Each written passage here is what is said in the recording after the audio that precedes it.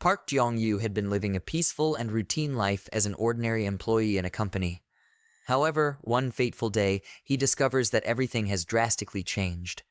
As he enters the company building, he desperately rushes towards the closing elevator, pleading with the people inside to wait for him. Unfortunately, they merely stare back at him and refuse to hold the door open, leaving Jong-yu at risk of being late for work. He dreads the consequences of arriving late, as he fears the wrath of Director Choi, who has a reputation for being merciless. Fearing for his job and possibly his life, Jong-yu makes a split-second decision to take the stairs instead. After what feels like an eternity, Jong-yu finally arrives at the Watcher Soft Games office, panting and exhausted. His sudden appearance surprises his office mate, Yi-hyung, who is puzzled by his tardiness. Despite his tired condition, Jong-yu anxiously asks Yi-hyung why he isn't going inside yet. Yi-hyung explains that the director has been berating their team leader Jo in a loud and furious manner, causing him to hesitate to enter the office. Determined to find a way inside, Jong-yu assures Yi-hyung that he has a plan and tells him to follow his lead. He crawls stealthily, guiding Yi-hyung past their furious boss, avoiding detection and ensuring their safe entry. Finally reaching his desk, Jong-yu's fatigue and curiosity compel him to inquire about the tense atmosphere in the office. His co-worker, Byung-ho, explains that the investors have pulled out from their new project, causing immense pressure and frustration for their boss.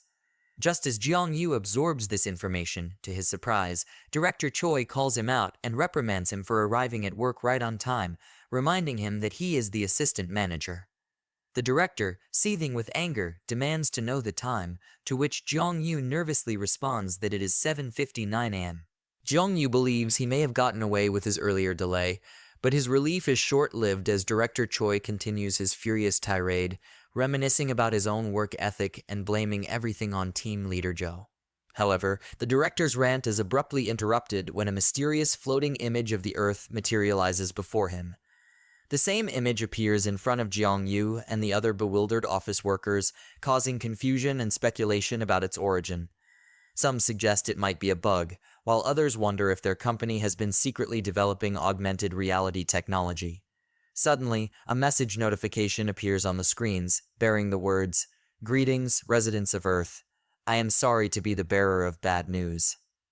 As people excitedly read the message, assuming it to be a new feature developed by their company, one observant developer realizes that he had no involvement in creating the strange program. Confusion and curiosity grip the room as they grapple with the enigmatic notification. Is it a technological breakthrough? A prank? Their questions go unanswered, and Jong-yu, driven by his curiosity, takes it upon himself to examine the phenomenon. He ponders the possibility that it could be a program, but the message itself seems inexplicable. The universe has decided that my life has come to an end. The planetary closure procedure will be carried out in 42 days. Please follow the instructions closely. The revelation dawns upon Jong-yu, and the others a sense of impending doom engulfs the office. Despite Earth's desires, the closure has been decided, and they are instructed to follow the provided instructions. The message ends with a solemn apology from planet Earth itself. Panic quickly spreads like wildfire among the employees, but Jong-yu manages to maintain his composure. He instructs his fellow office mates to return to their seats, fully aware of the gravity of the situation. Strangely, he finds himself surprisingly unafraid. Perhaps his exposure to apocalyptic games through his work has desensitized him, or maybe he convinces himself that this is all just a dream. Regardless, while the rest of the people lose their composure, the road outside descends into chaos. Amidst the confusion, a deafening noise suddenly reverberates through the office, causing everyone to cover their ears in agony. Frustrated and enraged, Director Choi demands to know if team leader Jo is behind the perplexing prank that has left everyone speechless. However, to his astonishment, no sound escapes his own lips, and the silence seems to afflict everyone in the office, as if their voices have been muted by some unseen force. The eerie atmosphere intensifies as a pop-up message materializes before Jong-yu, diverting his attention from the commotion around him.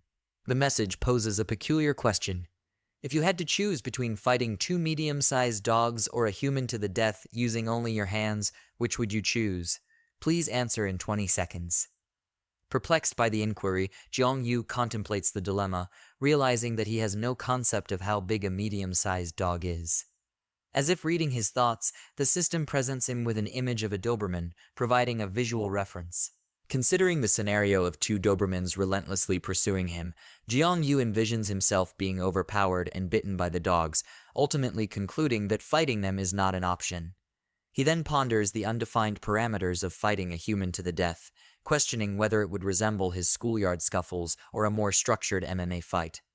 However, before he can arrive at a definitive answer, the timer ticks down to a few seconds, and Jiang-yu hastily selects his response, choosing to fight the two medium-sized dogs. Without respite, the enigmatic survey continues, bombarding Jiang-yu with more bizarre questions designed to confuse and blur his judgment. An unsettling realization dawns on him as he contemplates whether this is what it feels like to be on death row. His mind races as he completes the lengthy survey, contemplating questions about sacrificing body parts to lose weight and other unsettling scenarios. As the survey concludes, a new message appears, announcing that Jiang-yu will now undergo a sensitivity test, prompting him to focus on his ability to perceive sensations. Before he can fully comprehend the purpose of the test, a chilling sensation seizes his feet, spreading upwards, numbing his senses. Soon, his entire body succumbs to an icy grip, rendering him on the verge of becoming a frozen corpse. Confusion and terror swirl within Jiang-yu as he desperately reaches out for help, his pleas for assistance falling on deaf ears. In an instant, Jiang-yu experiences a jolt of awakening, gasping for air as he finds himself back in his office chair. Was it all just a vivid nightmare? Relief briefly washes over him, but as he surveys the office, he realizes that others are still trapped in their own torment, choking and trembling as if ensnared in a malevolent prison. Determined to survive, Jiang-yu grasps his pen, preparing to defend himself against the unknown. Suddenly, Yi-hyung breaks free from the trance-like state, falling back on his chair. Jiang-yu acts swiftly, catching him just in time. In a panic, Yi-hyung confirms that he witnessed the same disturbing ordeal. Jiang-yu tries to comfort his colleague, assuring him that it might be over for now.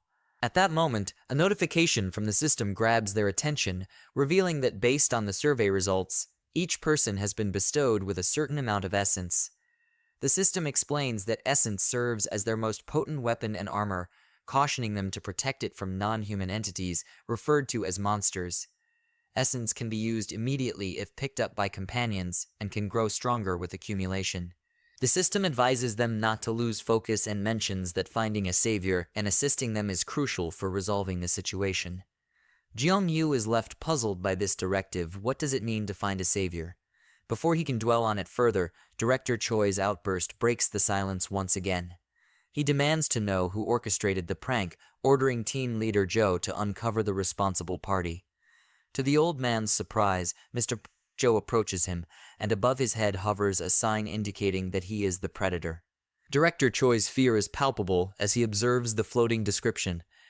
Mr. Joe, now revealed as the predator, bows to his boss with a cold gaze, expressing gratitude for the lessons he has learned.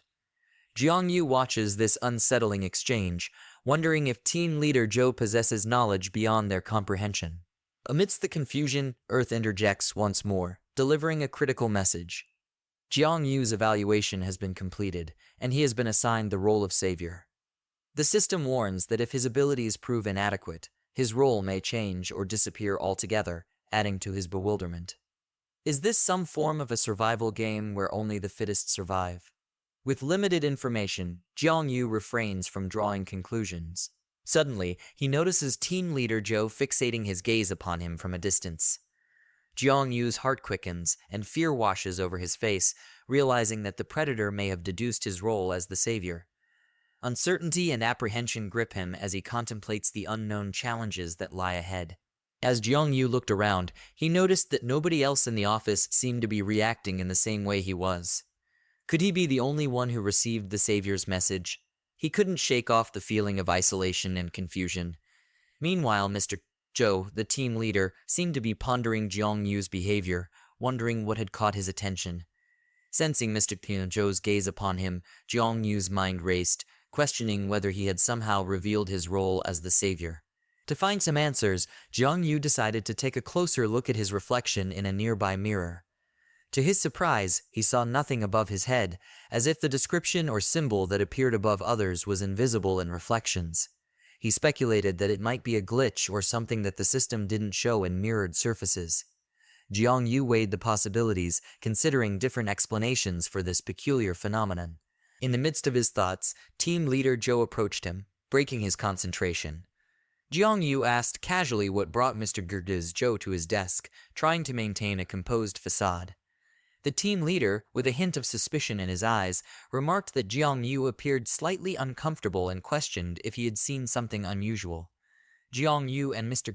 Zhou engaged in a silent stare, both seemingly trying to decipher the other's intentions. Mr. Zhou's mind churned, contemplating whether Jiang Yu had been assigned a significant role by the system. He couldn't ignore the possibility that Jiang Yu might be the savior, but the lack of any visible description above his head left him with no concrete evidence. Jiang Yu, still trying to play it cool, responded by mentioning the strange survey they had recently completed. Inwardly, he was relieved that nobody seemed aware of his true role as the savior. For the time being, he decided to conceal this information to ensure his safety. Mr. Zhou's suspicions continued to grow, but he acknowledged that he had no proof or concrete reason to accuse Jiang Yu openly. Recalling the system's message about his role as a predator, Mr. Zhou contemplated his options. Either help the savior or take their role away if the opportunity arose. After a tense moment, team leader Zhou finally broke the silence and assured Jiang Yu not to worry since he likely didn't understand the situation fully. With that, he walked away, leaving Jiang Yu to wonder about Mr. Zhou's behavior. Jiang Yu sensed that something about Mr. Zhou had changed since the beginning of these peculiar events. Meanwhile, panic and desperation consumed the office as people frantically made phone calls to check on their loved ones and debated whether to stay in the office or venture outside. The atmosphere was heavy with fear, and Jiang Yu realized that the situation had spiraled into complete chaos. Despite the confusion and chaos, Jiang Yu made the decision to head home, believing that being in a familiar environment might provide some comfort. However, as he prepared to leave, a number 5 suddenly appeared above his head. To his surprise, he noticed similar numbers above others, ranging from 1 to 5. Recalling the system's message earlier, Jiang Yu deduced that these numbers represented the amount of essence deposited by each individual. His number 5 indicated his essence value, but he couldn't help but wonder if he was the only one who could see these numbers since he was the savior. Another question lingered in his mind: how could he utilize the essence? The system had provided no instructions or guidance on how to harness its power. As Jiang Yu pondered these questions, someone approached him and asked if he was leaving to see his family. Startled by the unexpected interruption, Jiang Yu hesitated for a moment, glancing at team leader Zhou, whose number 10 caught his attention. Nervously, he replied that he had to hurry, offering a vague excuse. Unexpectedly, Mr. Pui Zhou offered to give him a ride, explaining that public transportation might be difficult to access in the current situation. Surprised by the gesture, Jiang Yu accepted gratefully, but he couldn't shake off the feeling that team leader Zhou was acting strangely. They weren't even close friends, so why was Mr. Zhou suddenly being so helpful? Just then, a powerful tremor shook the entire building, causing everyone to lose their balance. Remaining composed, Mr. Zhou urged Jiang Yu to quickly accompany him to the garage, warning that his car might be damaged if the tremors persisted. Together, they rushed through the hallways, determined to reach the garage. Jiang Yu couldn't help but wonder if Mr. Zhou was seeing something that he couldn't, given the higher number above his head. The question lingered in his mind, but there was no time to dwell on it. Upon reaching the elevator, however, they discovered that it was no longer functioning.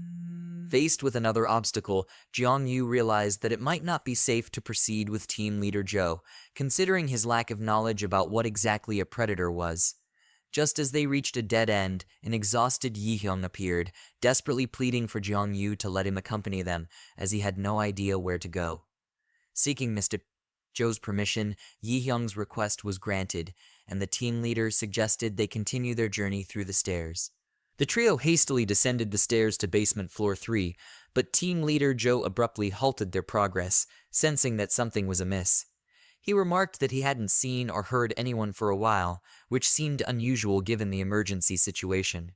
Jiang Yu agreed, noting that it felt as if everyone had suddenly disappeared. Mr. Zhou leaned in closer to the basement door, listening intently. The silence was eerie, and he advised Jeong Yu and Yi Hyung to proceed with caution, suggesting that they might witness something truly horrifying. Slowly, he turned the doorknob, anticipation and anxiety visible on his face as he prepared to face the unknown. Moments later, Mr.